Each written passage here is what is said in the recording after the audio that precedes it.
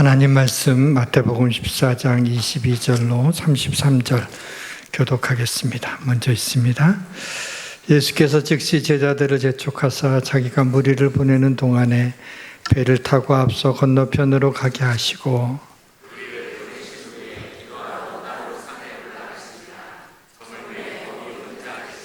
배가 이미 육지에서 술이나 떠나서 바람이 거스름으로 물결로 말미암아 고난을 당하더라. 제자들이 그가 바다 위로 걸어오심을 보고 놀라 유령이라 하며 무서워하여 소리 지르거늘 베드로가 대답하여 이르되 주여 만일 주님이시거든 나를 명하사 물 위로 오라 하소서 하니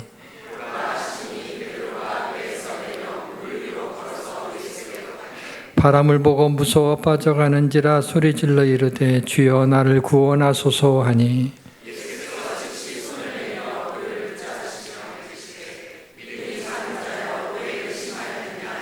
배에 함께 오름에 바람이 그치는지라.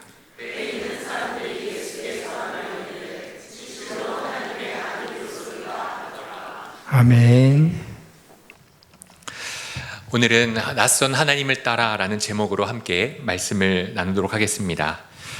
지금으로부터 약 3년 전 이맘때쯤에 엠폭스라고 이름을 붙인 질병이 세계적으로 유행을 했었습니다. 속칭 원숭이 두창이라고 하는 질병이었는데요. 공식적인 명칭은 엠폭스였습니다. 일종의 이 질병은 천연두와 같은 병이었습니다. 그래서 이 질병의 현상으로는 이 천연두처럼 피부에 발진이 나고 또 고열로 괴로움을 당하는 증상이 있었습니다. 이 질병의 이름이 원숭이에서 처음 발견되었기 때문에 원숭이 두창이라고 이름을 붙였고요. 아프리카의 풍토병에서 시작하여 전 세계적으로 한번 유행을 일으킨 질병이었습니다. 다행히 크게 유행을 하지 않고 2023년 5월에 이 위기가 종식되며 공식적으로 경보가 해제가 되었습니다. 처음에 이 질병이 발병하고 유행할 때 사람들은 가슴을 졸였습니다. 왜냐하면 그로부터 2년 전에 우리의 삶을 망가뜨렸던 이 코로나 바이러스라는 그 트라우마 때문이었습니다. 코로나 바이러스는 세계적으로 사람들의 삶을 망가뜨렸고 경제를 망가뜨렸는데 그 트라우마가 채 가시기 전에 이런 질병이 유행하려 한다니 사람들은 긴장했습니다. 하지만 전문가들은 생각보다 이 질병에 대해 큰 위기감을 갖지 않았습니다. 그 이유는 바로 이 바이러스가 이 천연두와 같다라는 이유 때문에 그들은 별로 긴장하지 않았습니다. 천연두에 대한 백신을 가지고 있기 때문에 이 질병 또한 쉽게 막을 수 있을 것이라고 전문가들이 말했던 것입니다. 혹시 이 사실 아십니까? 인류가 최초로 그리고 유일하게 온 지구상에서 박멸한 질병이 바로 이 천연두라는 사실 말입니다. 천연두는 이집트 고대로부터 수천 년 동안 우리 인류를 괴롭혔었습니다. 그래서 예전 우리나라에서 이 천연두를 마마라고 부르기도 했었죠. 그 이유는 너무 무섭고 또 피해가 크기 때문에 빨리 지나가라 라고 하는 의미로 마마라고 불렀습니다. 이처럼 천연두는 수천 년 동안 너무 많은 사망자와 아픔을 남겼지만 1980년 세계보건기구는 이 천연두의 멸종을 선포했습니다. 이 가혹했던 질병이 이제는 유일하게 완전하게 정복한 질병이 되었습니다. 이러한 이유로 이 엠폭스라는 것이 유행했을 때에 전문가들은 더 이상 두려워하지 않았습니다. 완전히 정복했고 또 극복했던 경험이 있었기 때문이었습니다. 하지만 이 질병에 반해 우리의 삶을 괴롭혔던 5년 전에 발생한 이 코로나 바이러스가 처음 생겼을 때 우리의 반응은 어땠습니까? 세계는 공포에 질렸습니다. 사망자가 속출하고 병원에서는 수습할 수 없는 모습을 보며 세계가 종말을 맞이하나 싶었습니다. 이렇게 두 가지 질병, 엠폭스 그리고 코로나, 이 두 가지가 질병이 발생했을 때에 사람들이 그것을 대하는 이 차이점은 무엇이었을까요? 하나는 이미 겪었고 극복해 본 경험이 있다는 것이고요. 다른 하나는 처음 보는 것이고 또 낯선 것이라는 것이 이 두 가지 태도를 만들었습니다. 사람들은 낯설고 처음 겪는 것, 알 수 없는 것에 대한 미지의 두려움을 가지고 있습니다. 비단 질병뿐만이 아니죠. 낯선 사람, 낯선 장소, 낯선 경험들. 사람은 근본적으로 이 낯선 것에 대한 이 거부감과 미지에 대한 이 두려움이 모두 있습니다. 하지만 반대로 이 낯선 것을 오히려 좋아하고 또 거기에 도전하는 사람들이 있습니다. 낯선 바다를 항해하는 그 배에서 항해하는 사람들, 그리고 낯선 우주를 향하여 나아가기 위해 연구하고 또 공부하는 이 과학 개발자들, 낯선 존재를 파악하기 위해 생물을 연구하고 두려움을 극복하는 사람들이 있습니다. 이처럼 우리는 낯선 것을 향해 나아가며 담대히 그 싫고 어려운 것을 향해서 나아가는 사람들을 우리는 이렇게 부릅니다. 모험가라고 부릅니다. 그들은 낯선 것을 피하고 두려워하는 것이 아니라 오히려 그것을 맞아들이고 담대히 그 앞에 나아가는 사람들을 모험가라고 부릅니다. 우리의 신앙도 긴 모험의 시간이라고 말할 수 있습니다. 어쩌면 우리의 신앙은 처음 가보는 길, 낯선 길을 가기에 우리는 아무도 알려주지 않은 그 믿음의 길을 처음 가는 모험의 길을 떠납니다. 오직 하나님께서 부르셨고 약속하셨기에 그것만 바라보며 낯선 길도 서슴지 않고 달려가는 믿음의 모험들을 행하는 것, 그것이 바로 우리 신앙, 그것이 바로 믿음의 모험이라고 말할 수 있습니다. 하나님은 많은 믿음의 사람들에게 믿음의 모험을 도전하셨습니다. 그들에게 낯선 곳으로 나아가도록 하셨습니다. 하나님은 사람을 만드시고 제일 먼저 주신 명령이 이랬습니다. 땅에 충만하라, 땅을 정복하라. 하나님께서 또한 믿음의 조상을 일으키실 때도 낯선 곳으로 네가 떠나라라고 말씀하셨습니다. 아브라함에게 명령하십니다. 네 고향과 아비의 집을 떠나라. 그리고 내가 지시할 땅으로 가라. 너는 그 땅에서 안주하며 75년간 지냈던 거기에 머물지 말고 믿음의 모험을 떠나라라고 말씀하십니다. 아브라함에게는 약속의 땅이 매우 낯선 땅이며 미지의 땅이었지만 오직 약속만을 붙들며 믿음의 모험을 떠났습니다. 뿐만 아니라 그의 자손인 이삭, 야곱, 그리고 후대의 모세와 여호수아 모두 안주하는 삶이 아니라 믿음의 모험을 한 사람들이었습니다. 그리고 하나님은 이 말씀을 듣는 우리에게도 오늘 믿음의 모험을 요구하십니다. 그저 내가 아는 것에 머물러 있는 것이 아니라 미지의 우주를 향하여 우주선을 발사하는 사람들처럼, 미지의 바다를 향하여 배를 띄우는 사람들처럼 우리도 알지 못하는 그곳으로 믿음의 힘과 능력을 가지고 모험을 떠나라고 하나님은 우리에게 명령하고 계십니다. 그래서 우리는 매번 익숙하지 않은 삶을 살아갑니다. 우리의 믿음의 모험은 이해할 수 없는 일들을 만납니다.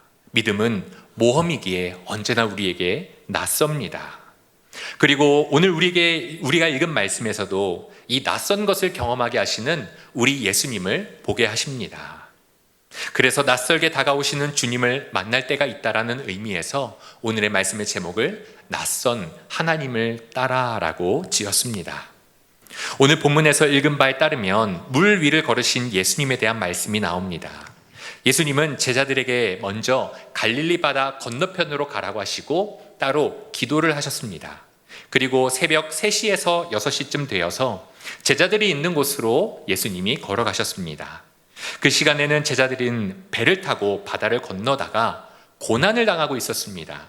어떠한 고난이냐면 24절을 보시면 바람이 거스름으로 물결로 말미암아 고난을 당하더라 이렇게 말씀하고 있습니다. 여기에 있는 이 고난은요, 원어로 해산의 고통을 당하는 여인의 그 극심한 고통과 같은 단어를 씁니다. 즉 그들은 죽음이 코앞에 다가온 것 같은 두려움과 어려움으로 고통을 참지 못하고 비명을 내지르는 모습이 지금 이 말씀 안에 그들이 고난을 당했다라고 표현하고 있는 것입니다. 이때 제자들은 예수님을 만납니다. 그런데 그 예수님을 단번에 알아채지 못합니다. 왜냐하면 예수님은 물 위를 걸어서 오셨기 때문이었습니다. 사람이 물 위를 걸을 수 없다는 것은 어린아이들도 모두 알고 있습니다. 그런데 예수님이 물 위를 걸어오시다니 그 예수님이 정말 우리의 예수님인지 제자들은 한 번에 알아채지 못했습니다. 가뜩이나 지금 바다에 바람이 불고 풍랑이 일어서 우리의 목숨이 이제는 코앞에 죽음을 당하고 있는데 그 두려움 앞에서 처음 보고 낯선 존재가 우리에게 다가오니 그분이 나의 주님인지 아닌지 몰라 두려움과 당혹스러움에 그들은 이렇게 외칩니다. 유령이다, 유령이다 라고 말입니다. 여기서 이 유령이란 말은 헬라어로 판타지오라고 해서 실체가 없는 것, 헛개비 이런 뜻을 가집니다. 제자들은 눈으로 보고도 믿을 수 없었습니다. 마치 이 세상 것이 아닌 것처럼 낯설게 이질적으로 다가오는 예수님을 바라보며 그 두려움과 낯선 감정으로 그들은 이렇게 표현합니다. 유령이다 라고 말입니다. 우리의 인생이라는 바다를 지나며 이런 두려움과 낯선 시간을 우리는 경험할 때가 있습니다. 낯선 상황을 만나며 낯선 문제들을 만납니다. 그런데 더 당혹스러운 것은요, 그때 우리 하나님께 기도하며 하나님을 묵상해도 우리에게 그 상황을 주시고 우리에게 말씀하시는 그 하나님이 오히려 하나님이 낯설게 느껴지는 때가 있습니다. 낯선 주님을 만납니다. 큰 고통을 통하여서 하나님 나에게 왜 그러시냐고 물을 때에 오히려 하나님이 우리에게 이질적으로 낯설게 다가오실 때가 있다는 겁니다. 그렇다면 이러한 때에 우리는 어떠한 모습을 가져야 할까요? 우리가 이해할 수 없어서 낯선 감정과 두려움 때문에 유령이다라고 외친 제자들처럼 신앙적인 문제를 회피하고 두려워만 해야 할까요? 아닙니다. 하나님께서 그러한 상황 가운데서도 우리에게 요청하시는 믿음의 모습이 분명히 있습니다. 낯선 환경과 문제, 낯설게 우리에게 다가오시는 주님을 만날 때 주님은 이렇게 하라고 오늘 말씀에 3가지로 요약해서 말씀을 주십니다. 첫 번째로 낯선 하나님을 만날 때에 우리가 해야 하는 믿음의 행동은 믿음의 방향을 놓지 말아야 한다는 것입니다. 믿음의 방향을 놓지 말아야 합니다. 제자들은 예수님께서 낯설게 다가오시는 모습을 보며 두려워하고 우왕좌왕했습니다. 그런데 그때 예수님이 이렇게 말씀하십니다. 27절을 보시면 말씀하십니다. 안심하라, 나니 두려워하지 말라. 안심해라, 나다, 두려워하지 말라. 유령과 같이 낯선 존재를 대면했던 제자들에게 예수님이 그들이 바라봐야 할 시선을 알려주십니다. 나다. 너희와 함께 했었고 너희와 먹고 자며 그동안 너희를 치료하고 구원하였던 나. 하나님 나라를 알려주고 말씀을 선포하며 너희의 구주된 나다 라고 말입니다. 그제야 제자들이 예수님의 말씀을 듣고 예수님을 발견합니다. 그 이유가 무엇이었을까요? 바로 그들과 함께 했었고 그들에게 하나님의 놀라운 기적과 이사를 보여주며 그들에게 말할 수 없는 큰 사랑을 주신 그 주님이 기억났기 때문이었습니다. 제자들과 함께 하셨던 예수님, 그들에게 사랑을 보여주신 예수님을 그 제자들은 즉시 기억했습니다. 눈앞에 낯선 모습에 우왕좌왕하는 것이 아니라 나와 함께 하셨던 주님, 나를 자녀 삼아주셨던 주님, 나다라고 하시는 그 주님 앞에 이 믿음의 눈을 들어 방향을 잃지 않고 믿음의 눈을 고정할 수 있었습니다. 그런 예수님을 보며 가장 즉흥적이고 우발적이었던 제자 베드로는 더 나아가 이렇게 요청합니다. 만일 주님이시거든 나를 명하사 물 위로 오라 하소서라고 도전합니다. 베드로는 다소 무모해 보였습니다. 하지만 그는 예수님의 낯선 모습을 넘어서 기적을 행하셨던 나의 예수님을 발견했습니다. 오병이어의 기적으로, 더 나아가서는 나의 사랑하는 장모의 열병을 고쳐주신 나의 예수님, 나와 함께 하시고 나에게 사랑을 주셨던 그 예수님을 발견하여 이제는 그 믿음의 방향을 잃지 않고 믿음의 도전을 더욱더 향해 나아갑니다. 그 예수님을 낯선 현장이지만 기억하고 바라볼 수 있었기에 그 드넓은 바다에서 바람이 불고 풍랑이 불어도 내 믿음의 도전을 할 수 있다라고 주님께 요청했던 것입니다. 우리가 처한 상황과 당면한 문제가 너무 낯설고 당혹스러워 혹시 우리의 마음엔 이러한 생각이 들진 않습니까? 하나님은 정말 나와 함께 하시는가? 정말 이것이 하나님의 뜻일까? 모든 일들이 하나님의 계획 안에 있을까?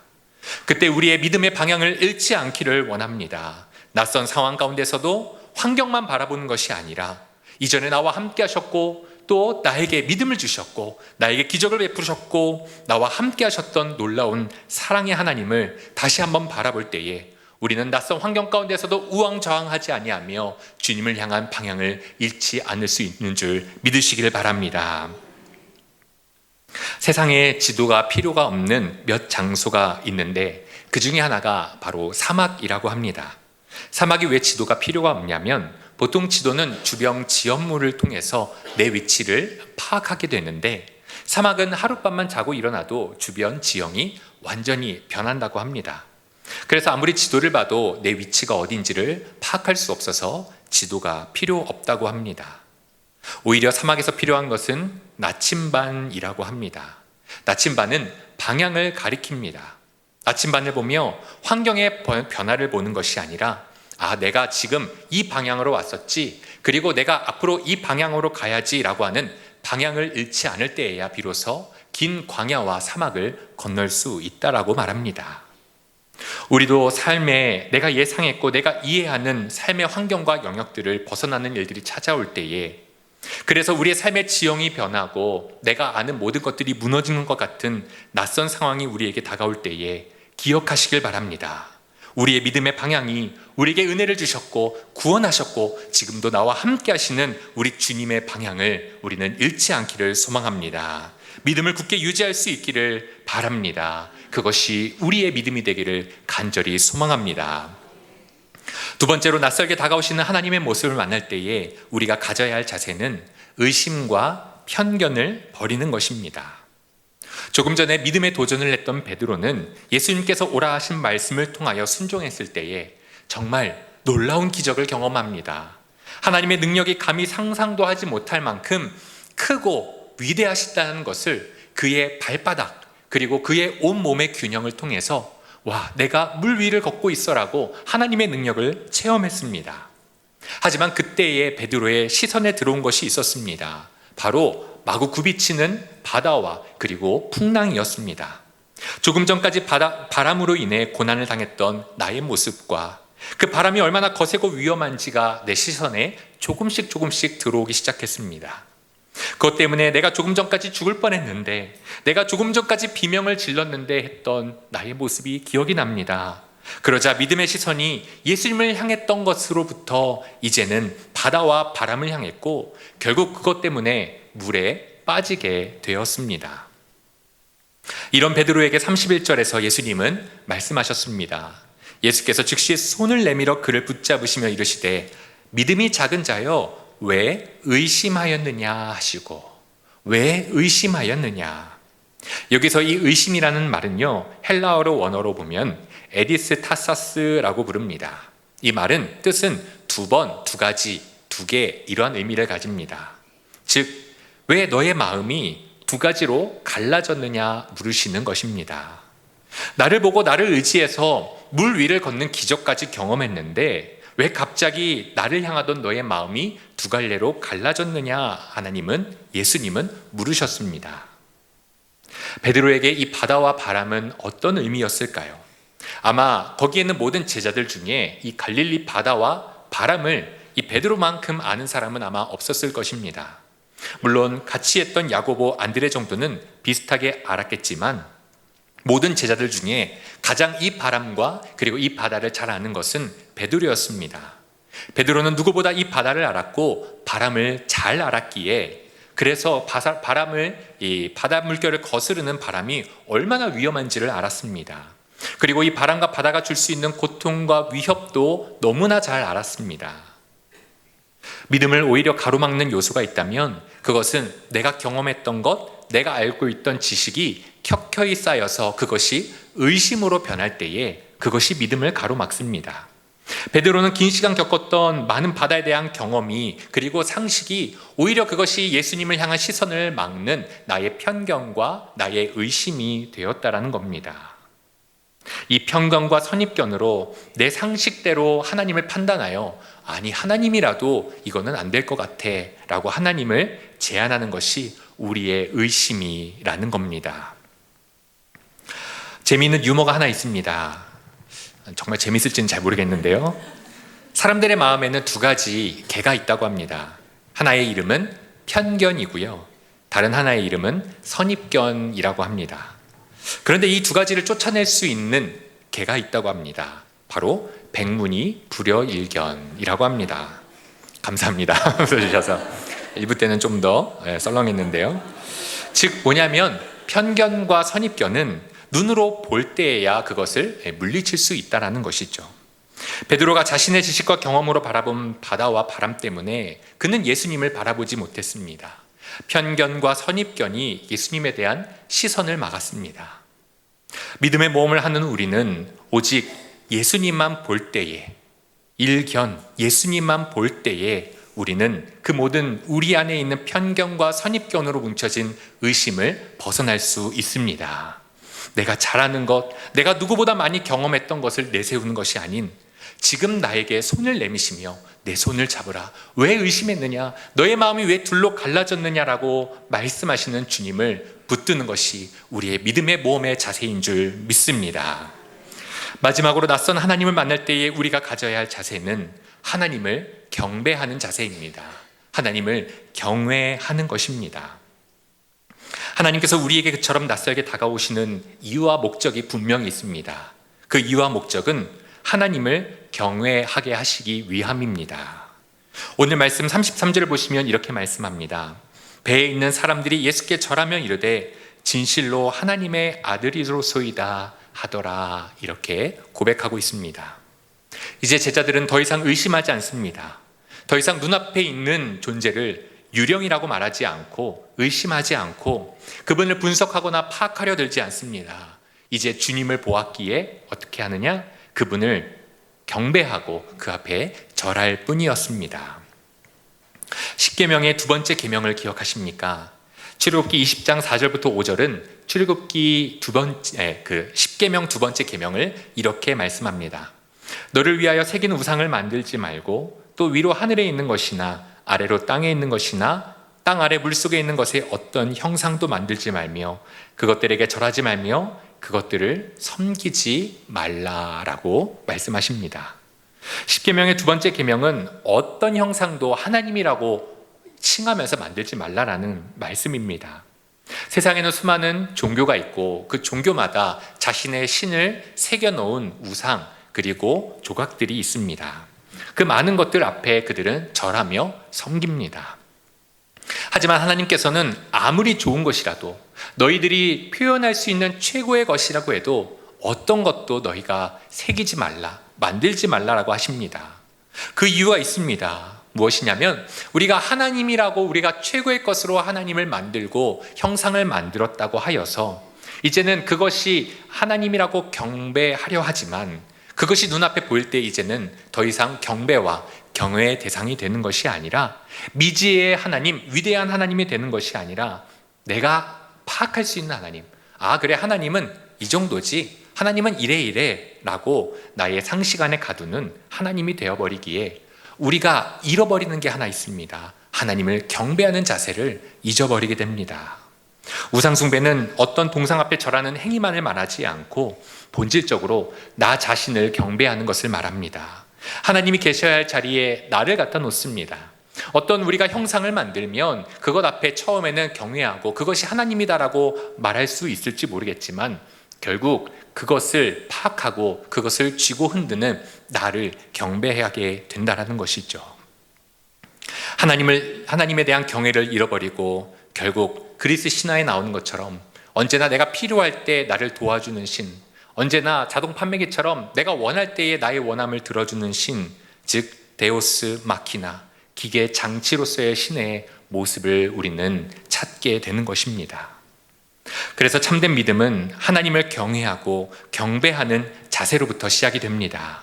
하나님을 내 소원을 들어주는 분으로 우리가 축소하지 않고 내가 순종해야 되는 분, 내가 찬양하며 경배하고 두려워해야 할 분으로서 우리가 하나님을 경배할 때야 비로소 우리의 믿음은 시작이 됩니다. 하나님께서 우리에게 낯선 모습과 낯선 방법으로 다가오시는 이유도 바로 하나님을 경배하게 하시기 위함입니다.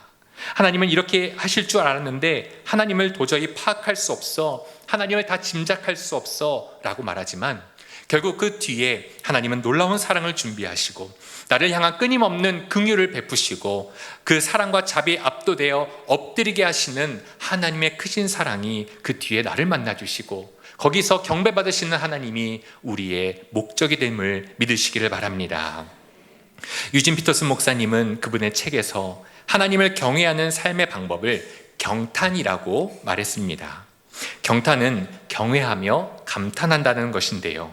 경탄은 우리가 중요하다 생각했던 것에서 시작되는 것이 아니라 바로 예수님의 부활과 성령의 사역이 중심이 되었을 때에 하나님을 경외하는 삶이 거기서부터 시작된다. 그래서 우리의 믿음의 모습은 경탄이어야 된다라고 유진 피터슨 목사님은 말합니다. 우리의 믿음은 낯설게 다가오시는 하나님을 만나지만 또한 완전하고 어느 것 하나 실수가 없으신 하나님을 경탄하게 합니다. 실수가 없으신 좋으신 하나님, 그 하나님 앞에 경외하며 경탄하는 것, 그것이 우리의 믿음의 기쁨인 줄 믿습니다. 사랑하는 성도 여러분, 혹시 우리가 지금 겪고 있는 상황 가운데에 너무 버겁고 이해할 수 없는 것들이 혹시 있습니까? 왜 나에게 이러한 상황과 형편을 주시는지 그 마음속에 의심이 들 때가 있지 않습니까? 하지만 하나님은 단 한 번도 우리를 떠나신 적이 없으시고 단 하나도 실수하지 않는 하나님임을 믿습니다. 단지 우리가 이 낯선 환경 가운데에 믿음의 모험을 하기를 원하시며 더 큰 하나님을 만나고 우리가 하나님의 방향을 놓지 않고 우리 눈앞에 있는 주님의 손을 붙잡고 하나님을 경외하게 하시는 믿음의 모험을 이루고자 하시는 하나님의 초대가 바로 우리의 신앙 안에 있음을 믿으시길 바랍니다. 우리의 예배는 거기서부터 시작됩니다. 우리는 거기서부터 진정한 예배를 드릴 수 있습니다. 누구나 다 하는 종교 생활로서의 예배가 아니라 진정한 전능자 앞에서 드릴 수 있는 참된 예배가 바로 이 전능하신 하나님을 만날 때에야 우리는 시작됨을 믿으시길 바랍니다. 말씀을 마무리하려 합니다. 은혜로운 복음성가 중에 나는 믿네라는 찬양이 있습니다. 이 찬양의 가사는 이렇습니다. 내가 겪는 시험이 어렵고 힘겨워도 내 주님보다 크지 않네. 내 앞에 바다가 갈라지지 않으면 주가 나로 바다 위 걷게 하리. 나는 믿네. 주의 능력으로 내 삶 새롭게 되리. 나는 믿네. 주의 능력으로 담대히 나아가리라. 주와 함께 싸워 승리하리라. 내 삶에 도무지 이해하고 받아들이기 어려운 시간과 만나고 계십니까? 주님조차, 주님의 방법조차, 주님의 음성조차 낯설게 느껴지고 있습니까? 그때에 우리는 믿음의 방향을 잃지 말기를 원합니다. 나의 익숙한 환경과 조건이 아니라 나를 구원하시고 사랑하셨던 나의 주님, 나다라고 말씀하시는 주님만을 바라보기를 원합니다. 그래서 그 주님을 향한 우리의 믿음의 나침반이 흔들리지 않아 결국 주님의 손을 붙잡게 되는 우리가 되기를 소망합니다. 내 편견과 선입견으로 두려움에 의심을 쌓아가는 것이 아니라 지금 눈앞에 손을 내미시는 우리의 주님의 손만 붙잡으시기를 소망합니다. 그리고 오직 그 모든 믿음의 모험을 통하여서 참된 경배를 하기 원하시는 하나님, 참된 예배를 하길 원하시는 하나님, 참된 예배자로 우리를 세우시는 하나님을 만날 수 있기를 원합니다. 낯선 하나님은 정말로 낯선 분이 아니십니다.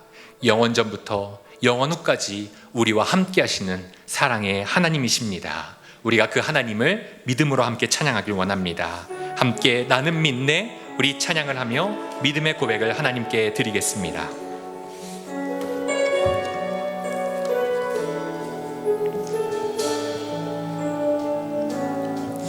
내게 허락하신 시련을 통해 나의 믿음 더욱 강하게 자라나고 선한 삶과 골짜기 지나는 동안 주께 더 가까이 나를 이끄시네. 내가 겪는 시험